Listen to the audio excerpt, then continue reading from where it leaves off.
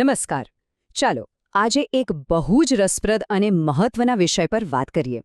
ક્યારે એવું થયું છે કે કોઈ નવી વસ્તુ ખરીદી હોય અને તરત જ બગડી ગઈ, અથવા કોઈ સર્વિસ લીધી હોય અને પૈસા વેડફાઈ ગયા હોય એવું લાગ્યું હોય, અને ત્યારે મનમાં સવાલ થાય કે હવે શું?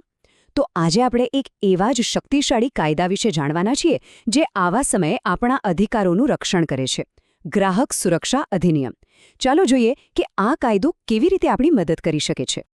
તો આજે આપણે શું જોવાના છીએ? આપણે 4 મુખ્ય મુદ્દાઓ પર વાત કરીશું. સૌથી પહેલા આ કાયદાની જરૂર જ કેમ પડી? પછી કાયદાની નજરમાં ગ્રાહક કોને કહેવાય એ સમજીશું. ત્યાર પછી આ કાયદા હેઠળ સુરક્ષા માટેનું આખું માળખું કેવું છે એ જોઈશું. અને છેલ્લે જો કોઈ અન્યાય થાય તો ન્યાય મેળવવાનો રસ્તો કયો છે એ પણ જાણીશું. તો ચાલો શરૂ કરીએ. તો પહેલો વિભાગ છે ગ્રાહકની દ્વિધા. ઘણીવાર બજારમાં આપણને એવા અનુભવ થાય છે જે નિરાશાજનક હોય છે, ખરું ને? આ વિભાગ એ જ સામાન્ય સમસ્યાઓ વિશે વાત કરે છે જેના કારણે ગ્રાહકોને સુરક્ષા આપવા માટે એક મજબૂત કાયદાની જરૂર પડી. જરા વિચારો, કોઈ ખામીયુક્ત વસ્તુ હાથમાં આવી જાય અથવા કોઈ સેવા આપણી અપેક્ષા મુજબની ન હોય તો શું થાય? આ એવા પ્રશ્નો છે જેનો સામનો આપણે બધા ક્યારેક ને ક્યારેક કરીએ છીએ. આ જ પ્રશ્નો આપણને સમજાવે છે કે ગ્રાહક સુરક્ષા કાયદો શા માટે આટલો બધો જરૂરી છે. અને આ બધી જ સમસ્યાઓનો એક જડબાતોડ જવાબ છે ગ્રાહક સુરક્ષા અધિનિયમ 2019.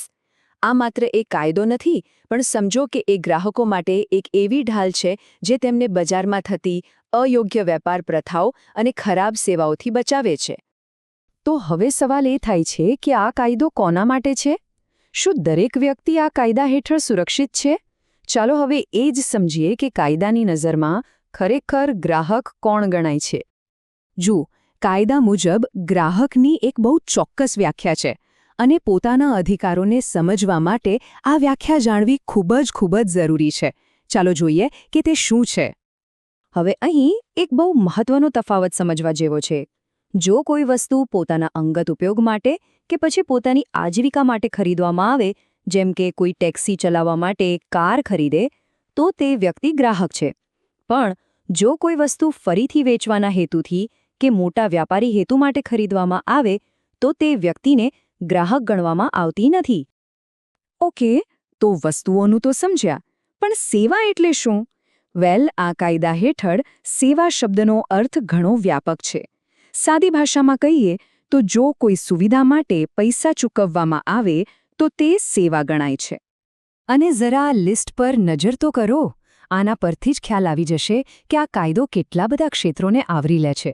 બેન્કિંગ, વીમો, ટેલિકોમ, અરે ડોક્ટર કે વકીલની સેવાઓ પણ આની અંદર આવી જાય છે. તો ફરિયાદ ક્યારે કરી શકાય? જ્યારે સેવામાં કોઈ ક્ષતિ હોય ત્યારે. હવે આ ક્ષતિ એટલે શું?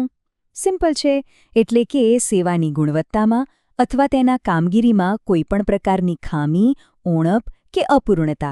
આ શબ્દ સમજવો બહુ જ જરૂરી છે, કારણ કે મોટાભાગની ફરિયાદો આના પર જ આધારિત હોય છે. અને અહીં એક બહુ જ મહત્વનો મુદ્દો છે.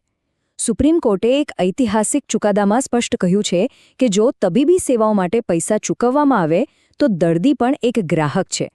આનો સીધો અર્થ એ છે કે ડોક્ટરો અને હોસ્પિટલોને તેમની સેવામાં થયેલી બેદરકારી માટે જવાબદાર ઠેરવી શકાય છે. હા, પણ એક વાત ખાસ યાદ રાખવાની છે. અહીં એક અપવાદ પણ છે.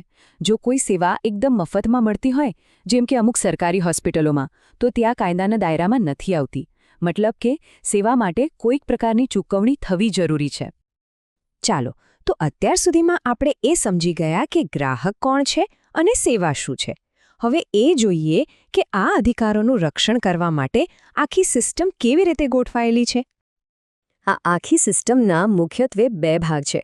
એક છે સલાહકાર પરિષદો, જે નીતિ નિયમો બનાવવામાં મદદ કરે છે, અને બીજો છે ન્યાયિક એજન્સીઓ, જે ખરેખર ગ્રાહકોની ફરિયાદો સાંભળીને એનો ઉકેલ લાવે છે.